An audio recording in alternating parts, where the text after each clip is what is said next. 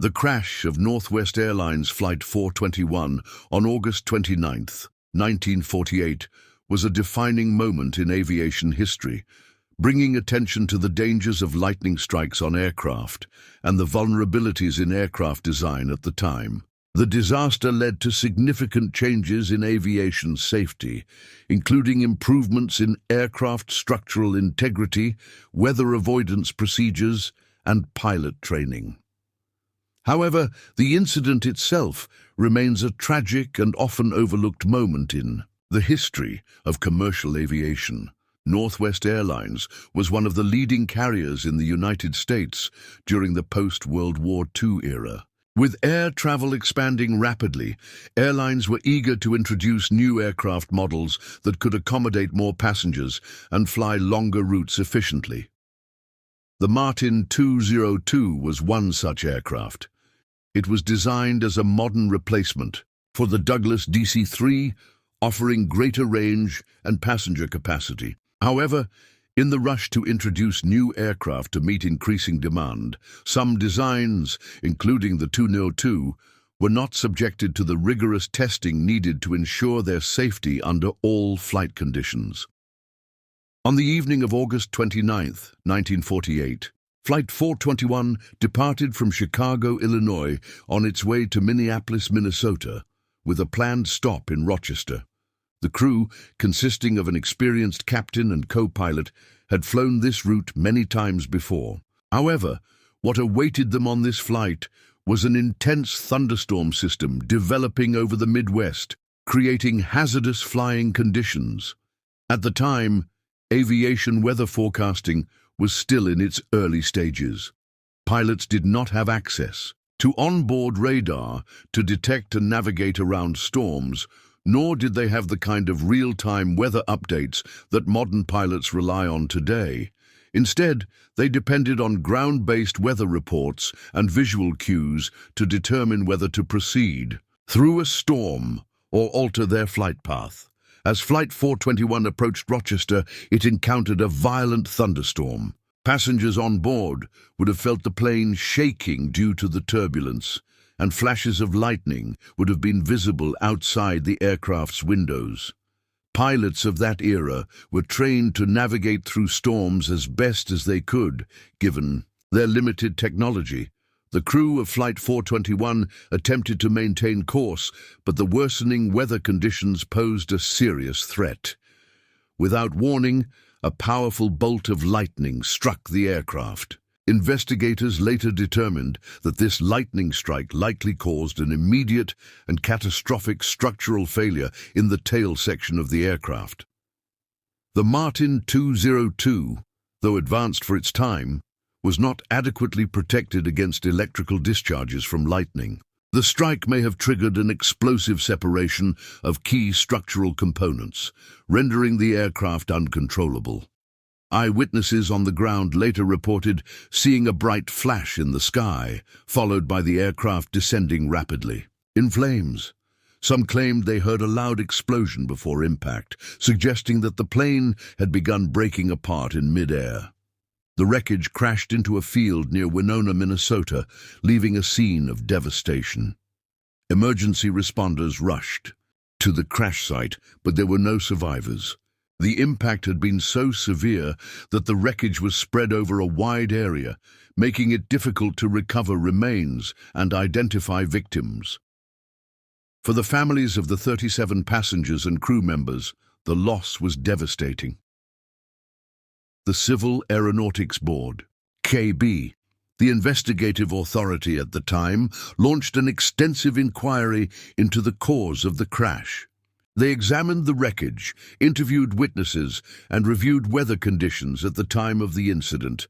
Their findings confirmed that the aircraft had suffered a structural failure caused by the lightning strike, leading to an in-flight breakup. The Martin 202's tail section, in particular, was identified as a weak point that contributed to the aircraft's vulnerability. The crash of Flight 421 forced the aviation industry to confront the risks posed by lightning strikes. Aircraft manufacturers began incorporating better grounding and bonding techniques to allow electrical energy to dissipate safely without causing structural damage. Lightning protection became a critical aspect of aircraft design, and pilots were given better training on storm avoidance. The pilots, recognizing the danger, attempted to shut down the failing engine and feather the propeller to reduce drag. Feathering a propeller is a standard emergency procedure in multi-engine aircraft, allowing the plane to maintain control and stability even if an engine is lost. However, in this case, additional mechanical issues complicated their efforts. As the crew struggled to manage the failing engine, another problem arose. A fire broke out. In the 1940s, aircraft engine fires were particularly dangerous as fire suppression systems were not as advanced as they are today. A fire in a wing-mounted engine could quickly spread to the fuel tanks, leading to an explosion or loss of control. Passengers on board would have been unaware of the full extent of the emergency, but they may have noticed the aircraft shaking as the crew worked to stabilize it. Smoke may have been visible from the affected engine, and the pilots likely informed air traffic control that they were experiencing a serious issue. With the fire spreading and the aircraft losing altitude, the crew made the decision to attempt an emergency landing. Given their position, options were limited. They were flying over a mountainous region near San Bernardino, where rugged terrain made a safe landing extremely difficult. Eyewitnesses on the ground later reported seeing the aircraft descending rapidly, trailing smoke. Some accounts suggested that the crew was attempting to reach an open field or roadway, but the plane never made it. Instead, the DC-6 crashed into a remote area, breaking apart on impact. Rescue teams arrived at the crash site as quickly as possible, but the damage was extensive. The wreckage was scattered over a wide area, and fires from the fuel tanks continued to burn, making recovery efforts challenging. Of the people on board, 12 were killed, while others sustained serious injuries. The Civil Aeronautics Board, CAB, which was responsible for aviation accident investigations at the time, launched an inquiry into the crash. The investigation focused on the mechanical failure that led to the initial engine trouble, as well as the subsequent fire. Examination of the wreckage revealed that the affected engine had suffered a critical failure, likely due to oil starvation. In piston-engine aircraft, maintaining proper oil pressure was essential for engine function, and any disruption in the oil system could lead to overheating, friction, and ultimately, fire. Further analysis indicated that the fire suppression system may have malfunctioned or been insufficient to control the flames. The KB report highlighted the need for improved fire safety measures in aircraft, including better engine compartment insulation and more effective fire suppression systems. The crash of the Exposition Flyer also drew attention to the risks of engine failures in multi-engine aircraft. While pilots were trained to manage single-engine failures, the combination of fire and mechanical issues in this case overwhelmed the crew's ability to keep the aircraft airborne. As a result of the investigation, several changes were implemented in aviation safety protocols. Engine monitoring systems were improved, allowing pilots to detect early signs of mechanical issues before they escalated into full-blown emergencies. Fire suppression technology was enhanced, leading to the development of more effective extinguishing agents and automated fire detection systems. Additionally, maintenance procedures were revised to ensure that aircraft engines received more rigorous inspections, particularly concerning oil circulation and cooling systems. Airlines adopted stricter guidelines for engine maintenance, reducing the likelihood of similar failures occurring in the future. For the families of those who lost their lives in the crash, the tragedy was a painful reminder of the risks associated with early commercial air travel.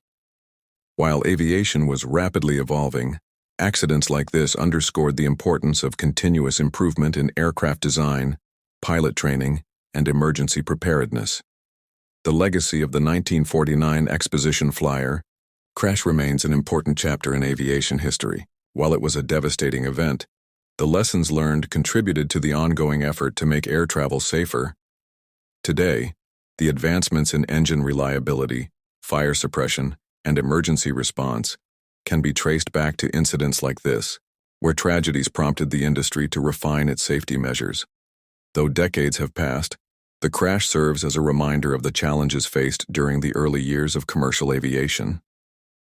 The courage of the pilots, the resilience of the survivors, and the determination of investigators to uncover the cause of the disaster all played a role in shaping the future of air travel. The story of the Exposition Flyer is not just one of loss, but also of progress, ensuring that modern air passengers can fly with greater confidence and security.